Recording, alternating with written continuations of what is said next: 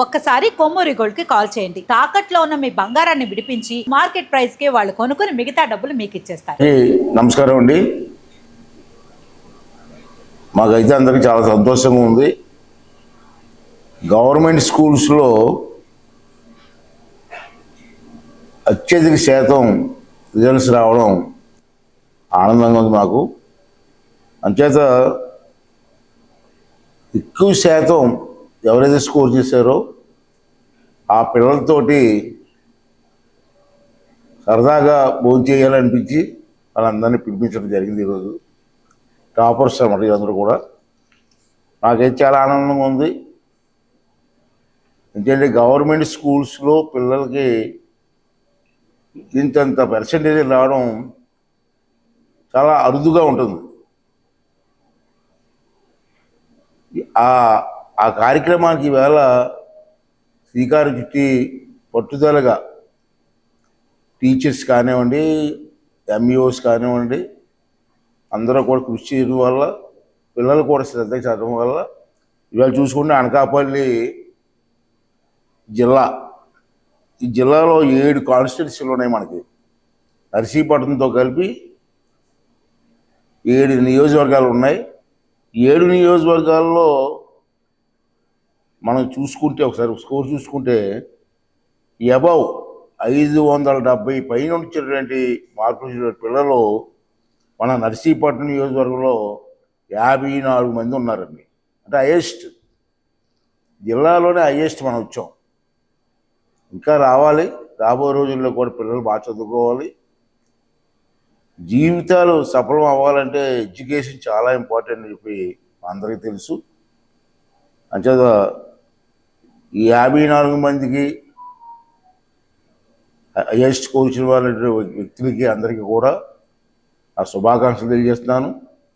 వారిని ఈ స్థాయికి తీసుకొచ్చినటువంటి టీచర్స్ని కానీ అధికారులు కూడా ఆ శుభాకాంక్షలు తెలియజేస్తూ రాబోయే రోజుల్లో ఇంకా మంచి పర్సంటేజ్ వచ్చేలాగా పిల్లలను తీర్చిదిద్దవలసిన అవసరం ఉంది. నాకు తెలుసు చాలామందికి ఈవేళ చదువు మీద ఇంట్రెస్ట్ ఉంది. ఏదో సాధించాలనే కోరికలు పిల్లల్లో ఉన్నాయి. దానికి మనం కొంచెం చేయూతనిస్తే తప్పనిసరిగా వాళ్ళు గోల్ సాధిస్తారు, ఉన్నత స్థాయిలోకి వెళ్తారు. నేను చాలామంది చూశాను. నేను 10th క్లాసు ఇంటర్మీడియట్లో ఫెయిల్ అయిపోయిన వాళ్ళు ఇవాళ దేశంలో ఉన్నత స్థాయిలో ఉన్న వ్యక్తులు కూడా నాకు తెలుసు. అంచేత మొన్న ఎవరైతే ఫెయిల్ అయి ఉంటారో ఎగ్జామ్లో ఎవరు నిరుత్సాహపడవసరం లేదండి. మళ్ళీ ట్రై చేద్దాం, విజయం సాధించడం కోసం ప్రయత్నం చేద్దాం, సాధిస్తారని నమ్మకం నాకు ఉంది. అంచేది గవర్నమెంట్ రేపు 25 నుంచి కదా మనకి గవర్నమెంట్ వారు కూడా మొన్న మార్కులు తక్కువ ఫెయిల్ అయిన పిల్లలు ఎవరు ఉన్నారో వాళ్ళెవరు నిరుత్సాహపడద్దండి దయించి. మళ్ళీ గవర్నమెంట్ మీకు 25 నుంచి 4వ తారీఖు వరకు మీకు ఎవరైతే మనం ఫెయిల్ అయ్యారో వాళ్ళందరికీ కూడా కోచింగ్ ఇవ్వడానికి ఏర్పాటు పెట్టారు. దాంట్లో మీరు అందరూ పాల్గొనండి. మళ్ళీ ఎగ్జామ్స్ ఉన్నాయి, గవర్నమెంటే కోచింగ్ ఇస్తుంది కాబట్టి ఆ కోచింగ్లో పాల్గొని మొన్న ఎక్కడెక్కడ ఏ సబ్జెక్టులో మీకు తక్కువ మార్కులు వచ్చాయి ఆ సబ్జెక్ట్ మీద దృష్టి పెట్టి మళ్ళీ రేపు జరగబోయేటువంటి ఎగ్జామ్లు పాస్ అయ్యి విజయం సాధించవలసిన అవసరం ఉంది. అందుకని మరొకసారి చెప్తున్నాను, ఒక్కసారి ఫెయిల్ అయినంత మాత్రాన నిరుత్సాహపడొద్దండి. చాలామంది పెద్ద వాళ్ళు ఇవాళ దేశంలో చాలామంది పెద్ద వాళ్ళు 10th క్లాసు ఇంటర్మీడియట్ కూడా ఫెయిల్ అయిన వాళ్ళు ఉన్నారు. కానీ పట్టుదలకి చదివారు. ఇవాళ నెంబర్ 1గా దేశంలోనే నెంబర్ 1 నిలబడ్డారు. అదొక ఉదాహరణ, మన కళ్ళ మీద ఉదాహరణ కనబడుతుంది. ఒకసారి ఓడిపోయినంత మాత్రాన, ఒకసారి ఫెయిల్ అయినంత మాత్రాన సాధించలేవని నిరుత్సాహపడొద్దండి. మళ్ళీ ట్రై చేద్దాం. ట్రై చేసి మంచి గోల్స్ కొట్టి ఒక ఉన్నత స్థాయికి వెళ్దామని చెప్పి దానికోసం అందరూ కృషి చేయాలని చెప్పి మనం చేస్తూ, అలాగే టీచర్స్ కూడా నేను కోరేది ఏంటంటే ఆ పిల్లలు ఎవరైతే మొన్న ఎగ్జామ్లో తప్పారో వాళ్ళు స్వయంగా మీరే టచ్ చేసి ఒకసారి మేము ఉన్నాం, మీకు ఎందుకు మళ్ళీ లిఫ్ట్ ఇస్తామని చెప్పి స్కూల్కి తీసుకొచ్చి ఎగ్జామ్స్ ముందు 10 రోజులు మీరు కోచింగ్ ఇచ్చినట్టయితే మళ్ళీ సాధిస్తారు. వాళ్ళు నెంబర్ 1గా వస్తారు. దానికి కూడా మీరు అందరూ కృషి చేయాలని మనం చేస్తూ, ఇవాళ మీ అందరూ టాపర్స్, మీరు అందరూ చిన్నవాళ్ళు కాదు.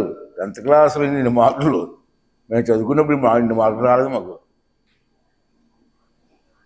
10th క్లాస్ చదివినప్పుడు ఇన్ని మార్కులు మాకు రాలేదు. ఆ మార్కులకి సరదా పడిపోయారు మేము.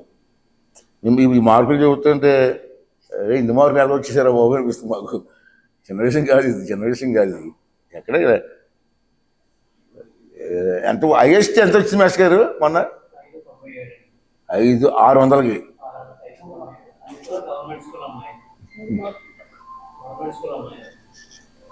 మేము 50% వస్తే హ్యాపీ ఫీల్ అయ్యే రోజుల్లో 500కి 40 వచ్చి 40% మార్కులు స్కోర్ చేస్తే మాకు చదువుకున్నప్పుడు పెద్ద పండగ చేసుకుంటూ వాళ్ళం. ఇన్ని మార్కులు వచ్చేస్తానంటే చాలా ఆనందంగా ఉంది, చాలా హ్యాపీగా ఉంది. అందులో గవర్నమెంట్ స్కూల్స్ అంటే చాలా లోకువ. ప్రైవేట్ స్కూల్స్ అంటే బాగా చెప్తారు, ఇది చేస్తారు అని. గవర్నమెంట్ స్కూల్స్ అయితే రాదు అనుకుంటారు. కానీ ఈ 2 సంవత్సరాల్లో మీరు మార్చారు. మీరు ఈ 2 సంవత్సరాల్లో నేను చూస్తారు కదా, రిజల్ట్ చూస్తుంటే ఆ అపోహ పోయింది. ఇప్పుడు అలా గవర్నమెంట్ స్కూల్స్లో కూడా మేము ఇన్ని మార్కులు సాధించగలం అనేటువంటి స్థైర్యాన్ని, ధైర్యాన్ని పిల్లలకి ఇచ్చారు, పిల్లల తల్లిదండ్రులకి ఇచ్చారు. చాలా థ్యాంక్స్ అండి. ఈవేళ ఇదే విధంగా ఏమంటే నేను ఎక్కువగా రాజకీయాల్లోకి వచ్చిందని అది మీ పిల్లలకి అవసరం లేదనుకోండి చెప్పాలా. నేను రాజకీయాలకు వచ్చేటప్పటికి నేను డిగ్రీ పాస్ అయిన తర్వాత రాజకీయాలకు వచ్చాను. తెలిసింది కదా. నాకు ఎప్పుడు ఒకటేంటంటే మిగతా పనుల కంటే ఎడ్యుకేషన్ మీద ఇంట్రెస్ట్. నాకు ఆస్తులు ఉండొచ్చు, ఆస్తులు లేకపోయినా, ఆస్తులు ఉన్నా లేకపోయినా బతకొచ్చు. ఎడ్యుకేషన్ ఉంటే కొన్ని కోట్ల ఆస్తి మనకి, ఎక్కడికి వెళ్ళినా బతకొచ్చు. నేను ఈ మధ్య విదేశాలు వెళ్ళాను ఎక్కువగా. స్పీకర్ అయిన తర్వాత ఒక 10 కంట్రీస్ వెళ్ళాను. ఎక్కడికి వెళ్ళినా తెలుగు వాళ్ళు ఉన్నారు. లండన్ వెళ్తే లండన్లో 2-3 వేల మంది తెలుగు వాళ్ళు కలిసారు నాకు. అమెరికా వెళ్ళాను, మధ్యలో 10,000 మంది తెలుగు వాళ్ళు వచ్చారు నా దగ్గరికి కలడానికి. నన్ను ఎంతమంది ఉన్నారండి, ఇక్కడే ఉన్నాం సార్, ఉద్యోగాలు చేసుకుంటున్నాం సార్. బ్రహ్మాండం, నెంబర్ 1 స్థాయిలో ఉన్నారు. ఏ దేశం వెళ్ళాను, ఆస్ట్రేలియా వెళ్ళాను, లండన్ వెళ్ళాను, నేను అన్ని కంట్రీస్ వెళ్ళాను. ఎక్కడికి వెళ్ళినా తెలుగు వాళ్ళు ఉన్నారు. ఆస్ట్రేలియాలో తెలుగు వాళ్ళు ఉన్నారు. ఎన్టీ రామారావు గారు పుట్టినరోజు జరిగితే నన్ను పిలిచారు అక్కడికి, ఆస్ట్రేలియాలో. వెళ్తే నేను అనుకున్నాను ఆస్ట్రేలియా అనుకుందో 500 మంది 600 మంది వస్తారు అనుకున్నాను. 10,000 మంది వచ్చారు ఆ కార్యక్రమానికి. ఇంతమంది ఉన్నారంటే వాళ్ళు వ్యాపారాలు చేస్తున్నారు బ్రహ్మాండంగా, బికాస్ ఆఫ్ ఎడ్యుకేషన్. అది నీకు ఆస్తి కాదు, వెనకాల 100 కోట్లు 10 కోట్లు కాదు. ఎడ్యుకేషన్ వాళ్ళ ధైర్యం. ఎడ్యుకేషన్ మనకి ధైర్యాన్ని ఇస్తుంది, ఉత్సాహాన్ని ఇస్తుంది, ముందడుగు వేయడానికి అవకాశం వస్తుంది. అందుకే ఎడ్యుకేషన్ కోసమే నేను రాజకీయాలకు వచ్చినందుకు నన్ను అర్థం చేస్తుంటారు మీరు. మిగతా కార్యక్రమాల కంటే ఎడ్యుకేషన్కి ఒకనప్పుడు నర్సీపూర్లో డిగ్రీ కాలేజ్ లేదు. నేను ఎమ్మెల్యే అయితే డిగ్రీ కాలేజ్ లేదమ్మా. నేను ఇక్కడ డిగ్రీ చదువుకోలేదు. డిగ్రీ చదువుకునేకుంటే కాలేజీ లేదు. నేను కాకినాడ పోయి పిఆర్ కాలేజ్ చదువుకున్నాను. అట్నుండి వచ్చిన తర్వాత ఎన్టీ రామారావుని కలిసినప్పుడు నీకు ఏం కావాలంటే డిగ్రీ కాలేజ్ కాదు సార్. అక్కడి నుంచి ఈవేళ నర్సీపూర్లో అన్ని కాలేజీలు వచ్చాయి మనకి. ఇంజనీరింగ్ కాలేజ్ కూడా నర్సీపట్నంలో ఉంది. అన్నీ ఏళ్ళు పాలిటెక్నిక్ కాలేజ్ ఉంది, ఐటీ కాలేజ్ ఉంది, నర్సింగ్ కాలేజ్ ఉంది. అన్ని కాలేజీలు సమకూర్చుకున్నాయి. ఈవేళ మనం సమకూర్చినటువంటి కాలేజీల వల్ల ఎంతమంది పిల్లలు ఎడ్యుకేషన్ ఉందండి.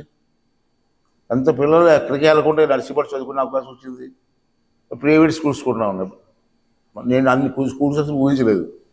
అన్ని స్కూల్స్ వాళ్ళు కూడా నర్సీపట్నంలో పెట్టాలని ప్రయత్నం చేస్తాను. నన్ను కలుస్తూ ఉంటాను, పెట్టుకోమంటాను నేను. పెట్టండి, ఎన్ని స్కూళ్ళు వచ్చినా పెట్టండి. మన పిల్లలకి ఎడ్యుకేషన్ కావాలి. కొంతమంది ఏమనుకుంటే ఎడ్యుకేషన్ లైఫ్ని సెటిల్ చేద్దాం అనుకోలేదు అనుకుంటారు. అది తప్పది. ఎడ్యుకేషన్ మనకు ఒక మార్గాన్ని చూపిస్తుంది, ఒక ఆలోచన ఇస్తుంది ఎడ్యుకేషన్. ఆ మార్గం సరైన మార్గంలో వెళ్తే సక్సెస్ అవుతాం. మరి అది సరైన మార్గంలో వెళ్ళకపోతే ఓడిపోతాం, సక్సెస్ అవ్వలేము. అంతే ఎడ్యుకేషన్ మనది ముఖ్యం. కాబట్టి నేను ఎడ్యుకేషన్ కోసమే ఎన్నాళ్ళు నేను ప్రయత్నం చేశాను. ఇవాళ చాలా సంతోషం. నిన్న మొన్న అనుకున్నాం మేము పేపర్ చూసిన తర్వాత ఇంతమంది పిల్లలు బ్రహ్మాండ పార్కులు వచ్చి సరదాగా పిల్లలతో కూర్చొని భోజనం చేద్దాం ఒక గంట 2 గంటలు సరదాగా అని చెప్పి ఒక ఆలోచన వచ్చి వీళ్ళందరినీ పిలవడం జరిగింది. ఇంకా చాలా సంతోషంగా ఉంది. ఇంకా రాబోయే రోజులు ఇంకా పర్సంటేజ్ పెంచి నర్సీపట్నానికి ఓ ఎడ్యుకేషన్ సెంటర్గా, ఎడ్యుకేషన్ హబ్గా భారతదేశంలో ఒక చరిత్ర ఉండిపోయే విధంగా ఉండాలన్నది నా కోరిక. దానికి టీచర్స్ అందరూ కూడా సహకరించి పిల్లలు కూడా బ్రహ్మాండంగా మంచి ఉత్సాహంగా ఉన్నారు. చాలా బ్రహ్మాండంగా ఎగ్జామ్స్ రాస్తున్నారు. ఇది రిజల్టే ఆంధ్ర రాష్ట్రంలో రిజల్ట్ చూస్తేనే ఆశ్చర్యపోతున్నారు. నిన్న ఒకరు కలిసారు, 2 కలిశారు నన్ను నిన్న. వాళ్ళతో ఏంటంటే ఎంత ఇంప్రూవ్ అయింది ఎడ్యుకేషన్. ఇంప్రూవ్మెంట్ ఎడ్యుకేషన్ ఎప్పుడు ఉంటుందండి? పిల్లలు తెలివితేటలు కూడా మెరుపు రావాలంటే సార్ పట్టాల. మామూలు బంగారం వేసుకోండి మెరదు, దానికి కూడా మెరుపు పెడితేనే మెరుస్తుంది. అలాగే పిల్లలు కూడా మనం సాన పెట్టి చేతికైతే ఎక్కడికైనా వెళ్తారు. కొంతమంది కలెక్టర్లు చూస్తుంటాను నేను. విజయవాడ మీటింగ్కి వెళ్ళినప్పుడు యంగ్ కలెక్టర్లు వచ్చారు, అమ్మాయిల మధ్యని. చిన్న పిల్లలు ఐఏఎస్ పాస్ అయిపోయి వాళ్ళు చూస్తే ఎంత ఆనందమ్మా. పూర్వం కలెక్టర్ గారు అంటే గొప్ప మనకి. నీ చిన్నప్పుడు కలెక్టర్ గారు చూడడానికి వెళ్ళేవాళ్ళం. ఐఏఎస్ చదివారా, బాబు ఎంత చదివేలా చేశారు అని. ఈవేళ పిల్లలు చూస్తుంటే ఐఏఎస్ బ్రహ్మ చదివేస్తున్నారు ఈజీగా. సబ్ కలెక్టర్లు అందరూ చిన్నపిల్లలే. వాళ్ళు చూస్తుంటే ఐఏఎస్ ఎంత హ్యాపీగా చిన్న పిల్లలు, పెళ్లి కాని పిల్లలు కూడా ఉండదు దాంట్లో ఐఏఎస్లో. ఎడ్యుకేషన్ మోస్ట్ ఇంపార్టెంట్ అయిపోయింది లైఫ్లో. అంటే మన పిల్లలందరూ బాగా చదువుకోవాలా, దానికి మీరు అందరూ సహకరించాలా. గవర్నమెంట్ కూడా ఎడ్యుకేషన్ పూర్తి ప్రయారిటీ ఇవ్వాలని చెప్పి చంద్రబాబు, నేను ఎప్పుడు కలిసి చంద్రబాబుని కలిస్తే అది చెప్తారు, సార్ మిగతా చేయబడి పర్లేదు సార్, ఎడ్యుకేషన్ ప్రయారిటీ ఇవ్వన్నాను. అప్పుడే దేశం కూడా బాగుపడుతుందమ్మా. కానీ మంచి సంతోషం లైఫ్లో. చాలా రోజుల తర్వాత ఇంతమంది పిల్లలు, బాగా చదువుకున్న పిల్లలు, మంచి స్కోరింగ్ చేసి పిల్లలతో కూర్చోబోతేయడం కూడా అదొక అదృష్టమే మాకు. కొంతమంది ఏమనుకుంటారండి, మాతో కూర్చొని అదృష్టం అనుకుంటారు. మాతో కూర్చుంటే ఏముండదు. ఈ చదువుకున్న పిల్లలతో కూర్చుంటే ఒక ఎడ్యుకేషన్ ఆనందం అది వేరు. మరి ఈ అవకాశం తీసుకోవడం జరిగింది. అందరూ మీరు వచ్చినందుకు మా పెద్దలందరికీ మా నమస్కారాలు. పిల్లలకి నా ఆశీర్వాదం తెలియజేస్తూ ఇంకా బాగా చదివి మంచి స్కూల్ చదివి రాబోయే రోజుల్లో మంచి పొజిషన్లో ఉండాలి. మీరు మంచి పొజిషన్లో ఉండాలి, అది నా కోరిక. దేవుడి వల్ల తప్పనిసరిగా జరుగుతుందని ఆశిస్తూ మీరు కూడా కృషి చేయాలని కోరుకుంటున్నానమ్మా. Thank you.